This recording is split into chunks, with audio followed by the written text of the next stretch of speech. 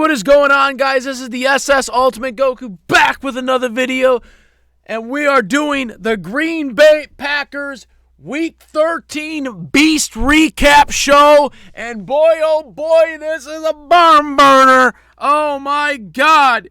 We upset the Kansas City Chiefs. Nobody gave us a chance. 27-19. Go Pack, go! Woo! Oh boy, oh boy, oh boy. This was a defining win for us. As you guys know, I've been very critical of Jordan Love. I'm not going to deny that. I've been all year critical on him, especially the clutch. There was some flaws in this game, despite all the picture-perfect things. Towards the end, Jordan Love gave up a sack that lost us 10 yards. The kicker did still kick the field goal and make it. But in that situation, you got to throw the ball away. So there were some flaws with this. But overall, Jordan Love had the game of his life. I thought he had the game of his life in Detroit. That was probably his best game. Still some flaws. But this game, yes, it was in Green Bay. But he is playing against the defending Super Bowl champs, okay? And they took it to him. The defense took it to him.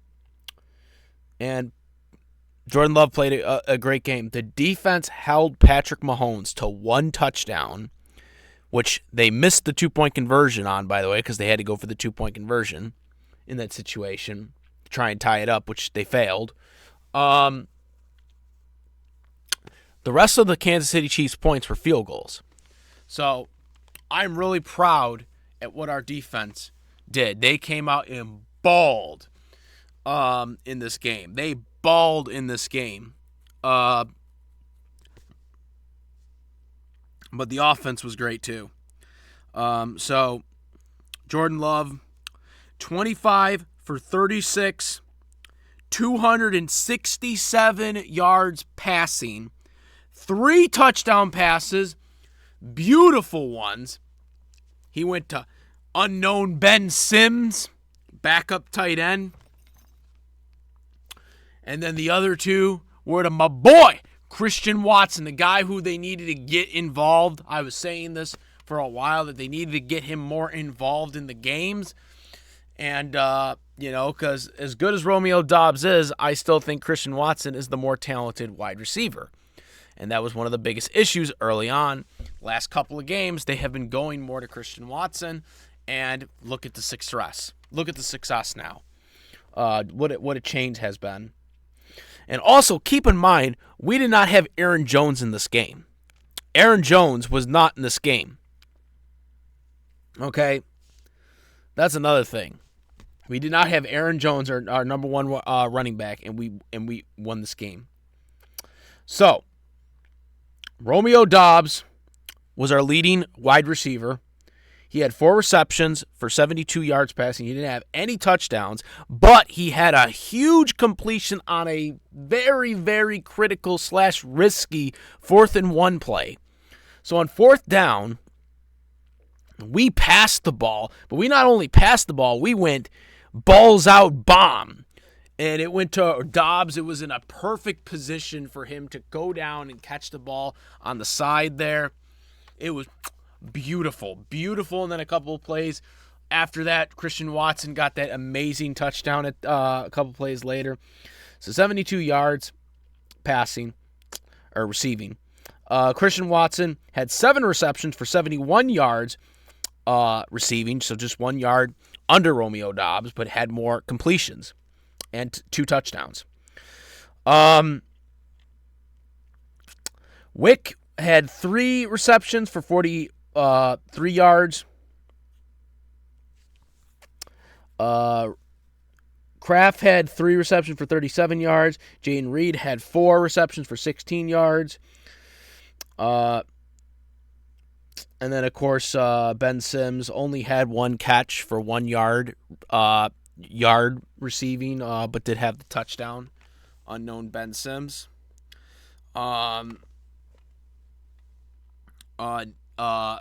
Nixon, our special team returner. He had a critical interception that helped us set up the 48-yard field goal that put us up to 8 points in the game, by the way. So that was the only turnover in the game.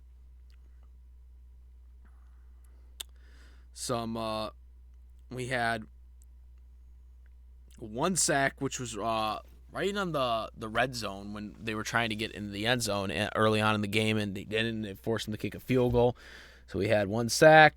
Again, 2 field goals made, the 48, which put it at 8. In terms of our rushing attack, we had 18 attempts for A.J. Dillon, Quadzilla, a.k.a. as I like to call him, the truck.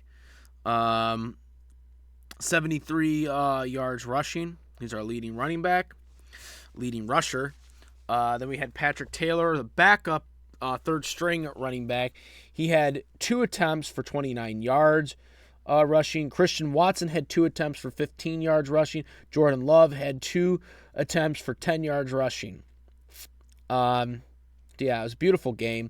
And if you look at Patrick Mahomes, 21 yards or 21 completions for 31 attempts, 210 yards passing. He had a touchdown. That was the only touchdown pass he threw. And then he also had that interception that we just mentioned. So, yeah, really contained him. I will say the referees are kind of a little asinine at the end there with giving them a free 15-yard penalty when Patrick Mahomes was clearly in bounds. That was clear as day. So that was kind of a little bullshit. I know some people will then complain about the possible pass interference in the couple plays later. But I feel like that contact was incidental, especially with the way they got that freebie inbounds thing, penalty. I said this before. I don't understand why defenseless receivers and rushing, personal foul penalties can't be challenged. I think they should be challenged. I've been saying it for years. I said it back in 2010. Okay, that it should be. I've been saying it every year. Why can't those be challenged? Why can't you? Especially now with the whole defenseless receiver thing and the defenseless quarterback and stuff like that. Why can that never be challenged? I never understood why that can't be challenged. If you really care about people's health, why would it not be a reviewable play? You know what I'm saying? Why are you not allowed to challenge the referees making the wrong call of it not actually being helmet to helmet? Or why you can't challenge if it was helmet to helmet, or vice versa. If they do make a call and it isn't actually that, you can challenge it, or vice versa. If they don't make the call, you can challenge it. And, I don't understand why roughing is not challengeable. Obviously, I get there's some penalties you can't do, like holding and stuff like that, because holding really happens every play. It's very hard to enforce that. But I don't understand why roughing, defenseless receiver, all that shit isn't challengeable. When they're supposed to care about the health of these players that possibly can get concussions and stuff like that. Why is that not reviewable? You know what I'm saying? And so Patrick Mahomes got away with a 15 free-yard penalty where it was clearly not after the play. I mean, he was still in bounds when he was contacted. Okay, so the play was still technically going on. It wasn't after the play, But, of course, they didn't call that. And then everyone wanted to bitch about that play play later when they freaking, didn't call the interference or whatever. And then the Hail Mary one, a lot of people call it on the Hail Mary thing. Well, here's the thing about the Hail Mary thing. And I learned this in a big way when that stupid fucking scab refs were playing for the Seattle Seahawks in that Seattle Seahawk game. That Hail Mary, they don't call pass interference. Even if it's ticky-tacky, they don't call it.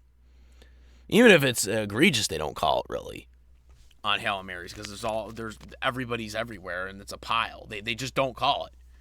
if they call it, it has to be something just monumentally noticeable, you know, because if it's a ticky-tacky one, push off or whatever, they're not going to call it because there's too many bodies everywhere. They never are going to call that. I experienced it with the stupid scab refs back in 2013 or whatever it was when we played them in Seattle with the stupid scab refs. So they're not going to call it then. They're not going to call it here. Okay? So the Hail Mary play, I don't know why anyone expected a pass interference on that because, again, it was minimum. And also, again, they never do it on Hail Marys. This is not the first time they haven't done it for Hail Marys. So I don't know why you would think they would start now on that.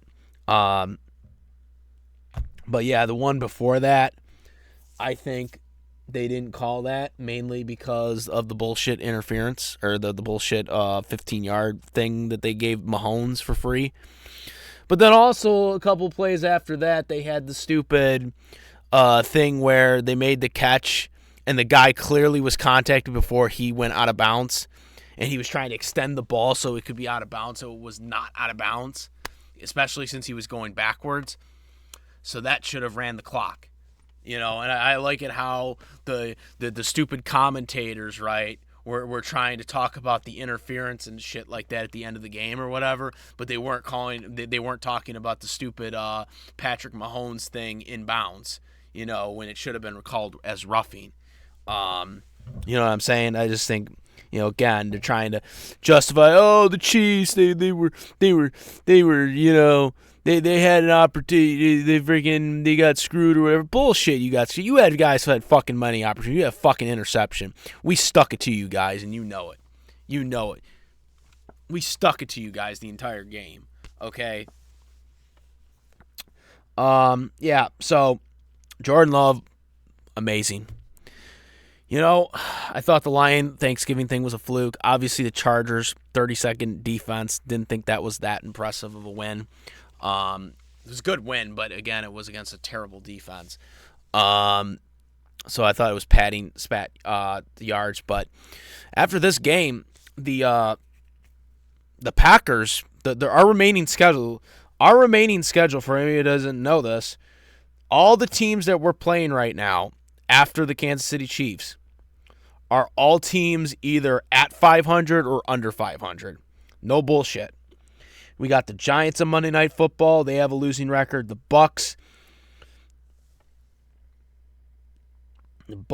I believe they're at 500, right? So you got that. The Panthers only got one win. Vikings, I believe, are at 500. And then the Bears, they are on a losing record right now. So, and also we still own the Bears, by the way. So yeah, I mean, this is a very favorable schedule for us for the rest of the way in December into early January. This is a very, very winnable schedule for us. I'm not saying we're going to win the division because the Lions are probably going to win it with the winning percentage they have right now, despite us beating them once. But we definitely have a very good shot if we can just hold it together.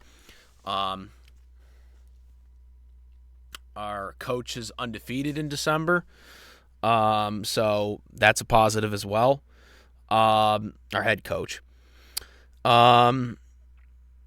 If Jordan Love can keep doing this magic, and have more efficient days, he's got to learn a little bit better with the, understanding the situation, because, again, my biggest problem with Jordan Love is the clutch. He's not very good in the clutch. He has not been good in the clutch this year. He's not been good with 2-minute drills, and that sack he gave up, that 10-yard lost sack, despite the fact our kicker was still able to make the field goal anyways with a 48-yard attempt, that should have been a 38-yard attempt. He gave up that sack, and that's a no-no. He should have just thrown the ball away. Let the kicker kick the field goal at the 38-yarder. Again, kicker still kicked the field goal, made it 48-yarder. But again, that's still, if we didn't make that kick, it was really on Jordan Love because we had a 38-yarder, right there. We had a 38-yard attempt that he probably would have made. And that's something, and you give, obviously then Patrick Mahomes a short field, and then, it's a 5-point game, and all he needs to do is just drive down the field, at that point and get the touchdown. So that was something I was really concerned about, looking at that from Jordan Love. So that does concern me because, again, situational football is needed, especially during the 2-minute drill, and you're in these situations. In this case, it wasn't trying to come from behind; it was trying to hold on to a lead and extend a lead. And so these are situations that Jordan Love really needs to learn, because this is one of my major concerns about Jordan Love is the situational game. 2-minute drills, trying to win in the clutch, and then situational football. Learn how to protect a lead when when it's not that much time left in the game. This is something, while we still won the game, this is something where, in a situation like this where it doesn't go our way, it could really affect us.